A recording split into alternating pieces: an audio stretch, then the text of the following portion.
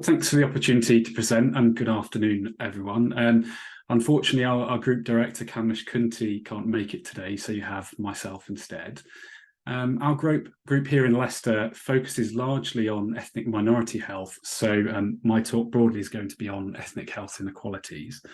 Before I get into the crux of the talk, really, I was unsure on the audience, so I thought it's worth reiterating these brief definitions here. When we're thinking about health inequalities, it's not just systematic differences between population groups in terms of outcomes, but differences that we consider to be unjust or unfair. And I guess in part that could be argued because the causes of the causes, as Michael Marmot would phrase it, can be related to wider discrimination in the way our social structures are set up, which disadvantage some ethnic groups more than others. In terms of ethnicity, I'm not referring to genetic ancestry or race, but the self-identification with a group of people who share kind of common cultural attributes such as diet, religion, language, nationality, and so on.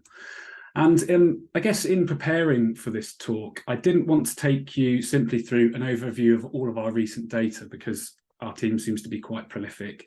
And I'm not an epidemiologist, statistician, or clinician. I instead want to highlight a few of our recent papers and use them as a way to illustrate a few things that I think are important to note, may not be new to many of you, but again, I think are worth reiterating and highlighting.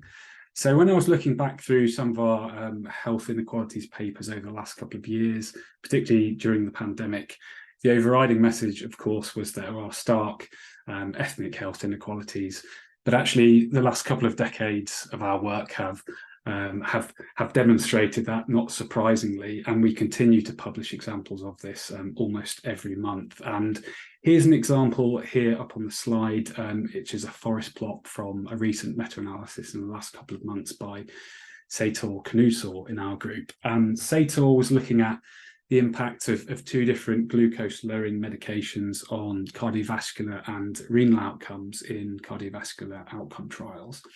And what you can see from the forest plot, so when stratified by ethnic group, the SGLT2 inhibitors, a glucose-lowering medication, versus placebo, reduced the risk of major adverse cardiovascular events in the white and the Asian population, but there was no strong evidence of an effect in the Black or other populations. And across all the other cardiovascular and renal outcomes, across all of the trials, that was very similar, apart for heart failure hospitalizations in relation to SGLT2s. Now, I think Seitor postulated, well, whether the difference is due to maybe Black populations being underrepresented in the data sets, therefore low statistical power, or ethnic variations in how the medications work, so pharmacodynamics and that kind of stuff that I don't really know about, that needs further work and investigation. But particularly on the point of underrepresentation, I want to come back to that towards the end of my talk.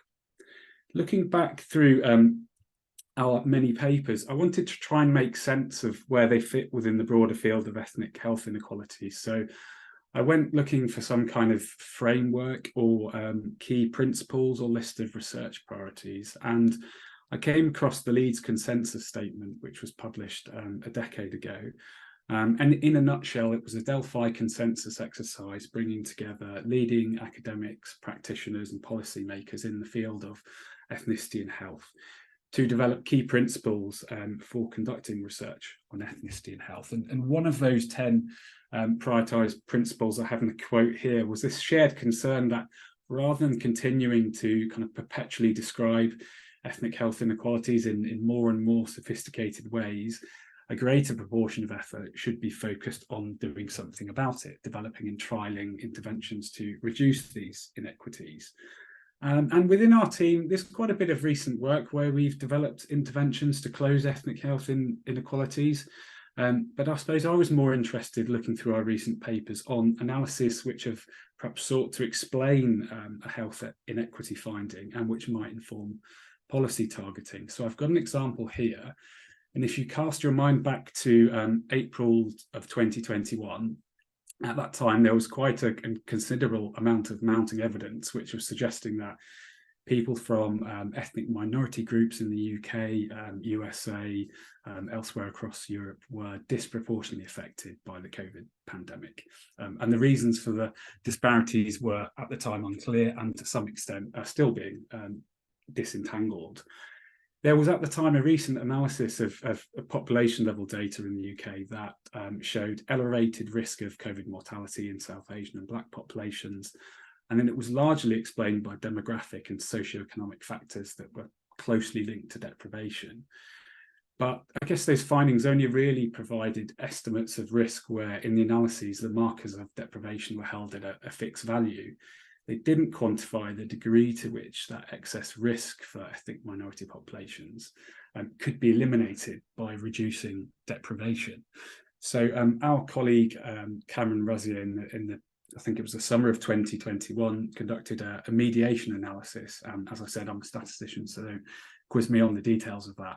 And he wanted to model how much of the excess risk in testing positive for COVID, of developing severe disease and of COVID mortality, how much of that risk in South Asian and Black individuals compared with white individuals would be eliminated if you could model reducing deprivation in the population.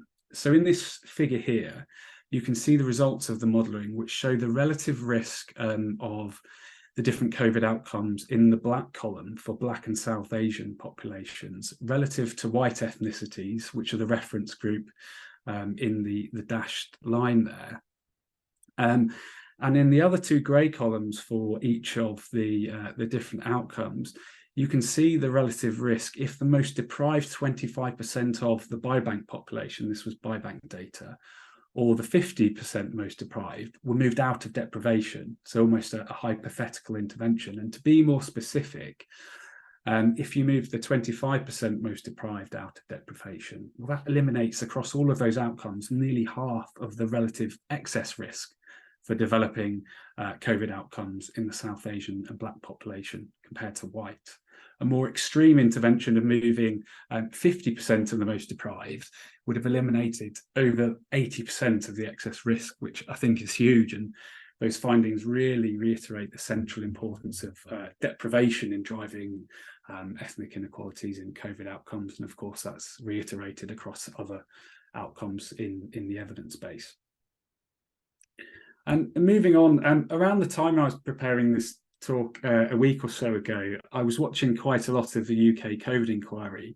And during his evidence, James Nasru, who's a noted kind of a scholar in ethnic minority health field, he'd flagged up a report from ONS within the last couple of years that was on ethnic health differences in England and Wales between 2011 and 2014. Which showed people of white ethnicity had a lower life expectancy than all other ethnic groups. And that was quite striking because that goes against the grain of past mortality data, self-rated health data, where white groups by and large tend to do better.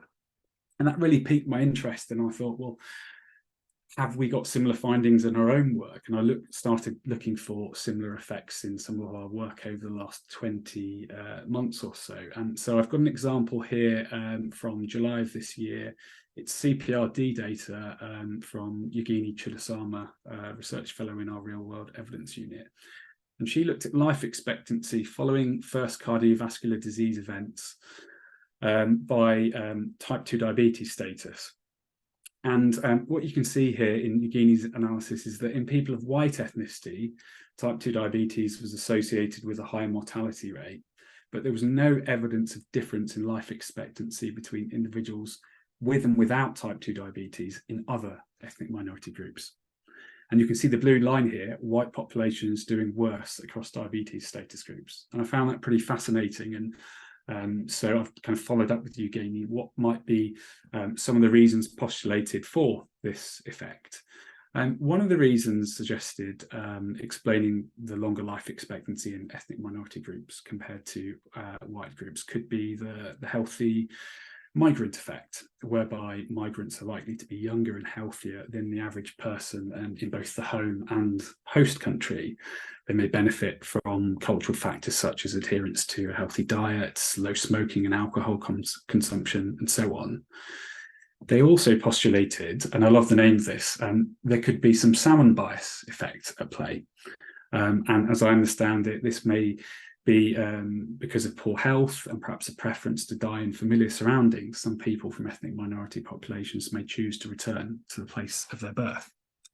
So when I was trying to process, all of this and Eugeni's findings, I was thinking, well, here ethnic grouping is kind of the main master category in the analysis, and it doesn't really provide the full picture when you start to dig deeper.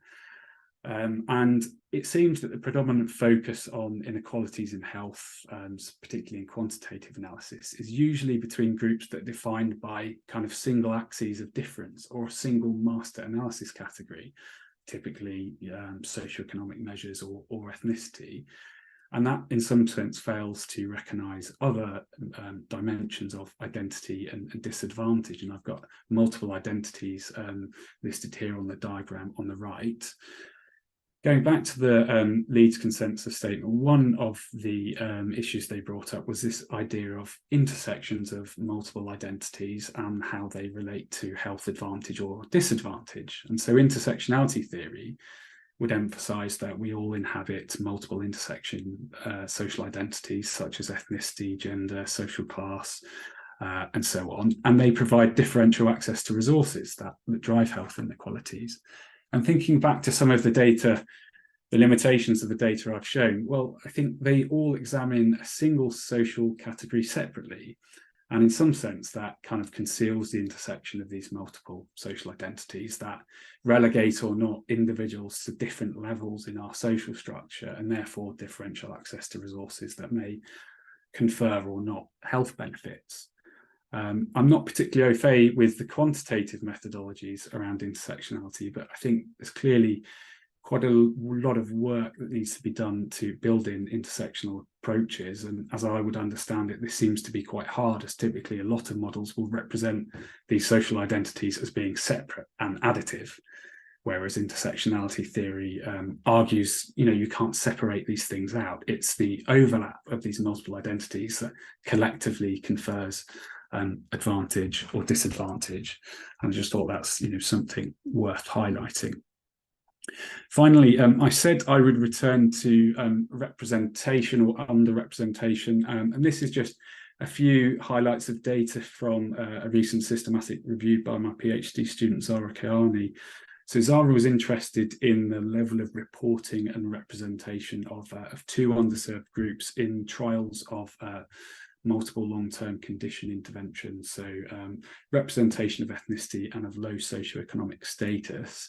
There are only 13 included papers, but not surprisingly, you can see that of those 13, only 4 reported any information on ethnicity. Of those 4, 3 of the 4 studies had predominantly white participants. And of the one study, I think that was a majority of African American participants. And when comparing those 4 studies data to census data in both the UK and US, where these studies were conducted, the majority underrepresented ethnicity. So that really highlights that we need to improve the reporting and representation of ethnic minority groups in health and social care research. And this is pretty pervasive across a lot of disease areas. So just to summarise that very broad snapshot of our work on ethnic health inequalities, I think my 3 main messages from our work are that the direction of health inequalities, of course, vary. They depend on outcomes. They may be changing with our changing population. So the really important work that Paola was referring to earlier about improving coding of ethnicity and disaggregation of ethnicity data will certainly help untangle the more sophisticated directions of ethnic health inequalities in future. The second point I was referring to intersectionality data, but to be able to now allow more complex analysis, we need obviously good quality and a wide range of ethnicity data, as well as other protected characteristics. But I appreciate that's hard. It's hard enough at the moment to get sufficient data on ethnicity alone. And finally, just to reiterate that point, that I'm well aware lots of organisations are working on it, but we need to do better in improving representation and recording of ethnicity within all our health and social care research. And yeah, that's me, Alice.